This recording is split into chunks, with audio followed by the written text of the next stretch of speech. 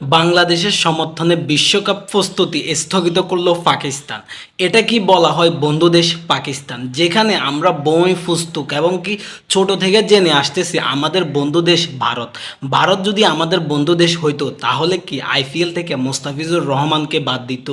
ঠিক আছে, মোস্তাফিজুর রহমানকে বাদ দিয়েছে। বাংলাদেশ বিসিবি যখন দাবি করে আমরা ভারতে খেলতে যাব না, আমাদের ভেন্যুটা চেঞ্জ করে দাও, তখন তারা তাদের দেশে যে দুইটা স্টেডিয়ামে খেলা হওয়ার কথা ছিল সেই দুইটা স্টেডিয়াম চেঞ্জ করে অন্য দুইটা স্টেডিয়ামে দেয়, কিন্তু তাদের দেশের বাইরে যাইতে দেয় না। তারপরে চেঞ্জ তো করছে, কইরা তারা আবার এটাও বলে যে বাংলাদেশের খেলা চলাকালীন সময় বাংলাদেশের কোনো ভক্ত কোনো জার্সি গায়ে দিয়ে যাইতে পারবে না এবং কি বাংলাদেশি কোনো স্লোগান দিতে পারবে না। তাহলে এগুলা কি একটা বন্ধু দেশের কার্যক্রম হতে পারে? এবং কি তারা আমাদের ভেন্যুগুলা পর্যন্ত চেঞ্জ করতেছে না শ্রীলঙ্কাতে যাওয়ার জন্য?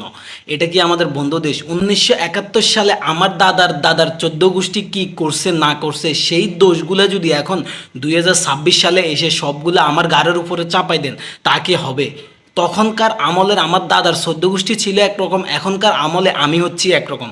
তখনকার দোষ যদি আপনি এখন এসে আমার উপরে চাপাই দেন, তা কি হয়? 1971 সালে পাকিস্তান আমাদের সাথে কি করছে না করছে সেগুলা বিবেচনা এখন করার তো কোনো প্রয়োজন নাই।